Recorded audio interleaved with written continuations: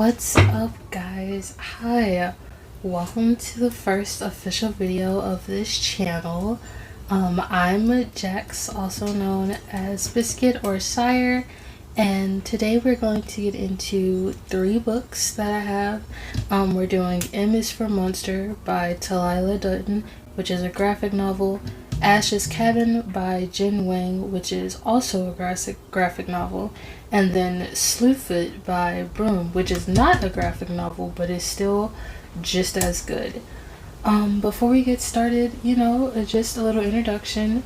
I really like books, history, and a bunch of like different random things, so I decided to just share them with you guys. I'm not sure how many videos I'll put out a week or like how often I'll update, but I'm hoping to make this a pretty regular thing, maybe get like a Discord going on, so I'll let you guys know. Yeah, and that's pretty much it. So we're gonna go ahead and move forward, and we're gonna start with talking about M is for Monster by by Talila Dutton. Okay, so with this book, it is pretty interesting. It's kind of like a Frankenstein retelling, but this is kind of more of an all-female and like a couple of non-binary people cast. And so essentially, right, you're asking the question of like what it means to be human, and like what do you do if you've done something, and it's like you can easily fix it, but maybe morally it's a bit questionable. So you have M, who is the monster, and she's this. There are gonna be some spoiler alerts in this, but she's the monster, and she is supposed to be Mora, the other female main character's sister. She's not. Um, so right, Mora's soul does like is still just kind of floating about, and she's kind of only able to be seen in like reflections and things. And so M figures this out, and her and Mora hatch a plan to just kind of convince their sister that she's who she is. Because if she doesn't convince her who she is, she's gonna essentially take her apart. Now the monster isn't like quite sure that that'll be fine, but she is sure that she is currently now a person, and for the most part, she kind of likes being a person. And so she's like, lying is bad. I don't feel great about this because she keeps telling me that I'm supposed to be this way, or I'm supposed to be acting like this person, and I'm almost the complete opposite of her. But if I let myself continue, if I let myself be myself, then it's like at a detriment, right? And I'm not gonna get where I want to go. I'm not gonna do what I get to do, what I need to do to be there. So she kind of struggles with that throughout the book, where she's like, I want to be myself, but I can't be because I have to make this other person happy to continue to survive. And honestly, I definitely feel that. I feel like they handled it really well. I feel like the story progresses really good. The art is beautiful. It's like so amazing and really cute. Um, I don't know. In my notes, I wrote that I felt like I kind of fell a bit deeper in this book than it really was. But honestly, I do think that it's like so worth the read, and that you should definitely check it out if you have the time. And that was M is for Monster by Talila Dutton. Next on the list we have Ash's Cat. Oh, I also rated this book 4 out of 5 stars. Like, I loved it. The art's beautiful. The story flow is great, but I also do wish that we could have gotten to see a bit more of the story continued with M, and like how she deals with actually going through the different processes of being a person and continuing a bit.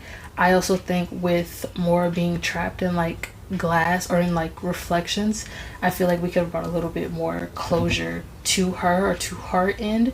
So, but that's just me. I still think the book is like really good and worth checking out. Okay, now next is Ash's Cabin. Okay, now we have Ash's Cabin by Jen Wang. And for this one, I'm gonna introduce it with a quote that's like at the end of the book. And the quote says, "Of everyone here, you're the only one not lying to yourselves." And that's the end of the quote. But like you're telling this to a 16-year-old, I think the cousin, because the cousin said it to Ash, and they're like 20 or so. But this book is one of those books that definitely you feel it both as you read it and as you end it, and it's kind of hard to explain. So like with the facts, we have Ash, they're 16, they've changed their name, they cut their hair, and they're like they really care about the environment. And they're dealing with a lot of like teenage stuff. Like it's a bit much for them, but it's okay, or at least they're trying to make it okay. And like everything's going good until their parents are telling them, hey, their granddad's cabin, because this is after granddad's passed, where they're selling it, it's not going to be around anymore. And so they decide they're going to take a last trip. And this would be great because they usually take the last summer trip anyway, but they usually take it with their family. Not this time. This time, Ash has convinced the family to let them go up there and let them stay with a cousin. That'll be cool. Except Ash doesn't plan to come back. Okay, Ash plans to simply go out there and never come back and just chill and live off the land in the wilderness and be done. Um, and then kind of like everything that could go wrong proceeded to go wrong. Okay, and it wasn't necessarily any like fault of their own. Like they had a plan, they did the research, they got stuff together, they even trained the dog they had to go with them. But of course this is the wilderness, right? This is the great unknown. This is also California. It's hot, there are fires, and you're 16, dude. You are 16. So they go out. They go out and the first day doesn't go great, but then they make it work. Another thing doesn't go great and they make it work. And then they meet somebody else who like helps them, teaches them how to kind of go about, and it's a really cute story. But I don't know, for this one was a lot. This one was it was definitely an easy 5 out of 5 because of the graphics, because of the story, and like how relatable it was, and like everything that was kind of happening with it. But I don't know, I think for this one I definitely could have used a bit more detail or a bit more dialogue in how we got to the places where we are, because while it's very easy to comprehend and understand and get from the book, it's like it makes you kind of see what's missing even though you're looking at what is. Okay, so like exactly, so they do give you information on the fact that Ash was close to their granddad and that they thought he was pretty cool, and especially that they were like pretty relatable for Ash. But it doesn't tell you kind of how they got to where they are now and how this thought even like came to cross their mind, aside from the fact that in a part of the book you do see them kind of like try and advocate for a like a social greenhouse, more environmentally friendly thing at school. See, all that to say, the book is good, like altogether, completely. It's really nice, but it would have been, I think, even better with a little bit of backstory. But an absolute recommend and is really good. And so after that one, we're going to move into the one I just finished like last night, other day, and we're going to move into Slewfoot, A Tale of Bewitchery. That's gonna be hard for me to say, but A Tale of Bewitchery by Broom. It is so worth it. So give me just a sec. Okay, so this book. So like three of my main bullet points are that first of all, this book had 3 pages of notes, and that a sense of rightness settles over me when after finishing this book, and it does. So, if you don't know, Slewfoot is about a woman who has not necessarily sold her soul, but she has made a deal with the devil to help her out in this like horrible situation. Except for the fact that or for me, he isn't really the devil for real, So, set the scene. It's 1666 Connecticut, and I think it took me. I definitely did not catch it at first, but I did catch it towards the end of the book after I finished. That essentially 666 was in the one was in the year and had played a part of the story. But we're following Abatha as she's been brought over to quote unquote the New World, or no, not the New World. I think we're in America by that point. Doesn't matter, right? She's been brought over from England. She's in America. She's in Connecticut in this strange new land with this strange man who's now her husband. And you know she's trying to make the most of it. Now, unfortunately for her, where she's landed, she has landed in a Puritan North, right? Because I'm not gonna lie to y'all, I don't actually know where Connecticut is. I probably should have looked that up first. Point is, she's landed here. She's there. She has a husband there on the farm. Now her husband is like doing the best. Okay, he in the book states it's like I'm not the best with people. I don't really understand how they work. But he's trying to be a good dude. His name's Edward. Edward has this brother Wallace, and like one of the first notes I wrote for this a book was that Wallace Williams could eat a dick, and he can. He's one of those men who believe that just because of the fact that he's a man, he deserve it all. He gonna get it all. He doesn't. Like, kind of, this is also his downfall, or it's like, it's very evident that he refuses to understand that the way that he thinks is why he continues to fail. For him, it's everybody else's problem except his, because he's a man. But, so, Abatha gets in this predicament because of Wallace, right? Wallace is trying to shorthand his brother.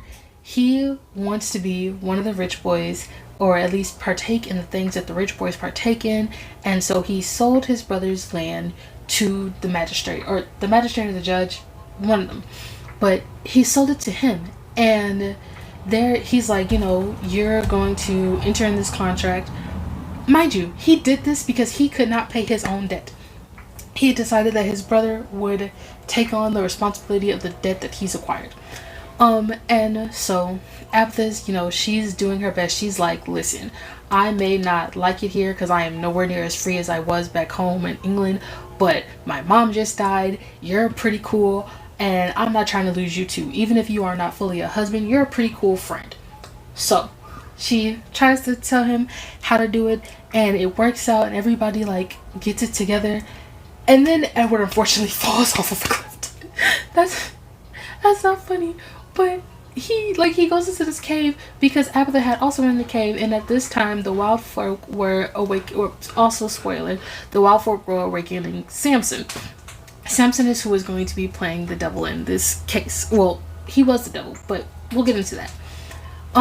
So he falls off the cliff. He unfortunately dies. He dies, and then of course we know 1666 Puritan place.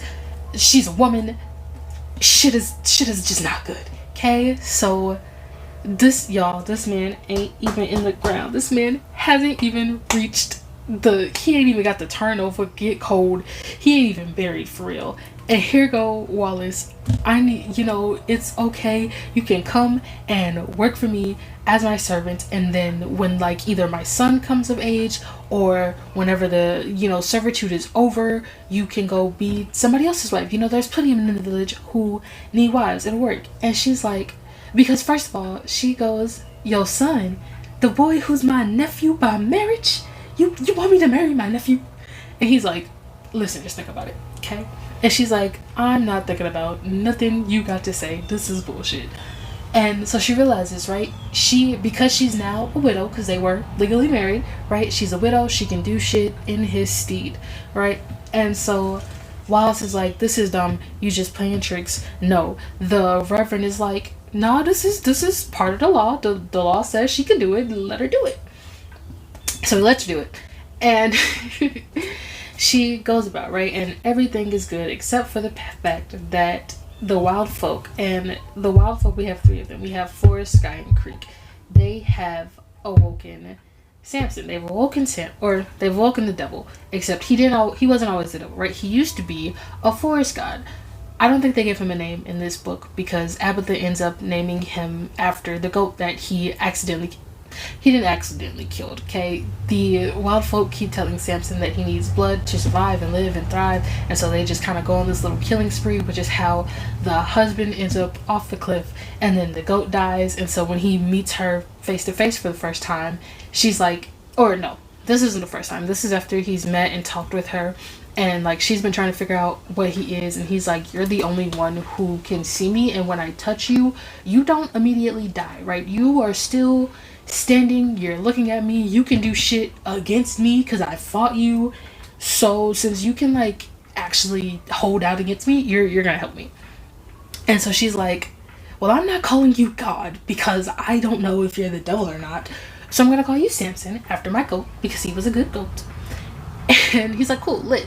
So they go along, and he kind of like, he has to figure out for himself that he was a forest god or is a forest god, because he understands that he doesn't want to be everything that the devil's been described of, right? Just a monster or killer, someone who brings death and doesn't do good.